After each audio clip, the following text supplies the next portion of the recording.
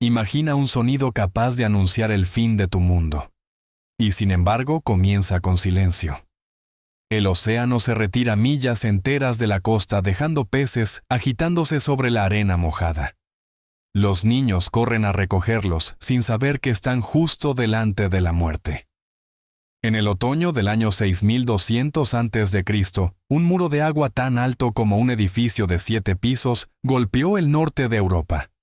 No fue solamente una ola, fue una goma de borrar.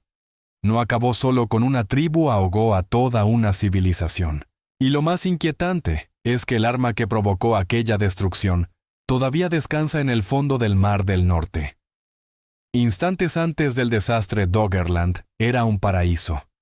Era una vasta extensión de marismas, lagos de agua dulce y densos bosques de robles. Sus estuarios rebosaban de peces y focas, lo que la convertía en una de las zonas de caza más ricas de Europa. Sabemos que hubo seres humanos viviendo allí. En 1931, unos pescadores arrastraron desde el fondo del Mar del Norte un arpón de hueso con púas de unos 11.000 años de antigüedad. No es una leyenda ni una teoría. Es una prueba directa de que aquel mundo existió de verdad. Pero hacia el año 6200 a.C., la capacidad humana de adaptarse dejó de importar. El enemigo venía del fondo del Mar de Noruega. En el borde de la plataforma continental, sedimentos glaciares se habían ido acumulando durante millones de años. Durante las edades de hielo, los glaciares actuaban como enormes excavadoras, empujando barro y roca hasta el borde del talud submarino. Con el tiempo, aquello formó una especie de gigantesco pastel de capas, miles de pies de espesor y millones de toneladas de peso. El problema era que todo ese material se había acumulado demasiado rápido. El agua atrapada dentro del barro no podía escapar, y eso generó un exceso de presión interna. Era como una esponja empapada con un ladrillo encima. El agua soportaba el peso y la fricción casi desaparecía. Todo el talud se había convertido en una masa gigantesca, saturada y sobrecargada. Era un arma lista para disparar. El detonante fue un terremoto. Hace unos 150 años, un sismo golpeó justo en el borde de la plataforma continental. El fondo marino tembló y la parte inferior del talud se desprendió primero. Al perder ese apoyo, las capas superiores comenzaron a colapsar una tras otra en una reacción en cadena imparable. En total, 840 millas cúbicas del fondo marino se precipitaron hacia el abismo. Era suficiente material como para enterrar todo el estado de Texas bajo una capa de barro de 15 pies. Bajo el agua, el deslizamiento alcanzó velocidades de hasta 60 millas por hora, y los escombros recorrieron unas 500 millas por el fondo del océano. Y entonces llegó el agua.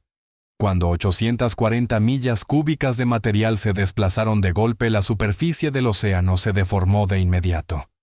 Una ola comenzó a expandirse en todas direcciones. En aguas profundas viajaba a unas 350 millas por hora, casi a la velocidad de un avión turbohélice. En mar abierto era baja, extensa y casi invisible. Pero al acercarse a aguas poco profundas, todo cambió. La energía dejó de avanzar horizontalmente y empezó a levantarse. La ola se alzó hasta convertirse en un muro de agua. Los habitantes de Doggerland no sintieron el terremoto porque había ocurrido demasiado lejos. Aquella mañana de otoño seguían con su vida normal, recogían cerezas silvestres y se preparaban para el invierno. La primera señal de peligro no fue un temblor, sino el mar. El agua retrocedió cientos de yardas dejando peces agitándose sobre la arena expuesta.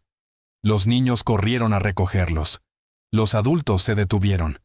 Algo no estaba bien. De pronto el sonido de las olas desapareció. Y después llegó un rugido lejano como un trueno, aunque el cielo seguía completamente despejado. La ola regresó, pero no como una ola normal con cresta y espuma. Volvió como una pared blanca de agua, avanzando a unas 40 millas por hora. En las islas Shetland, las más cercanas al epicentro, la altura de la ola superó los 65 pies. El agua atravesó colinas y penetró millas tierra adentro. En el este de Escocia, el tsunami avanzó hasta 18 millas hacia el interior. Pero Doggerland recibió el peor golpe de todos. Era una tierra baja formada por marismas y lagunas, con una elevación máxima de apenas 15 pies. Las olas cubrieron por completo todo el archipiélago. El agua atravesó las islas de lado a lado. Los lagos de agua dulce se volvieron salinos. La vegetación murió, e incluso quienes lograron sobrevivir a la primera ola quedaron atrapados en una tierra muerta. El ecosistema entero colapsó. Doggerland no fue simplemente golpeada, fue borrada. Después, el agua se retiró arrastrando cuerpos y escombros hacia el océano. 30 minutos más tarde, regresó. Y luego volvió a retirarse. Y volvió otra vez. Ese ciclo continuó durante horas. Por eso los arqueólogos rara vez encuentran víctimas directas. El reflujo borró casi todas las huellas. Pero la evidencia indirecta es contundente. En Montrose Basin, en Escocia, los geólogos encontraron una capa de arena marina y conchas, atrapada entre capas de turba continental, a 13 pies por encima de la línea de marea alta de aquella época. Esa capa no debería estar allí. Y dentro de ella, apareció la pista decisiva huesos de cerezas silvestres. Ese detalle reveló algo crucial. La catástrofe ocurrió en otoño en plena temporada de cosecha, cuando los asentamientos humanos estaban más llenos. Después de aquel día, Gran Bretaña se convirtió en una isla. Doggerland había sido el puente natural que la unía con el continente europeo, y el tsunami destruyó ese puente para siempre. Hoy, al perforar el fondo del Mar del Norte, los científicos encuentran raíces de árboles puntas de flecha de sílex y rastros de una tierra que una vez estuvo viva. Son las huellas silenciosas de un mundo perdido bajo el mar. ¿Podría volver a suceder algo así? No a esa misma escala.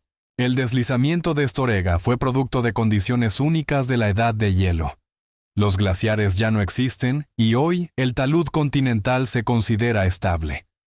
Pero aún queda un detalle inquietante. Justo sobre la cicatriz de Estorega se encuentra el yacimiento de gas de Ormen Lange, uno de los mayores de Noruega. El océano puede parecer quieto, puede parecer olvidadizo, pero el fondo del mar recuerda.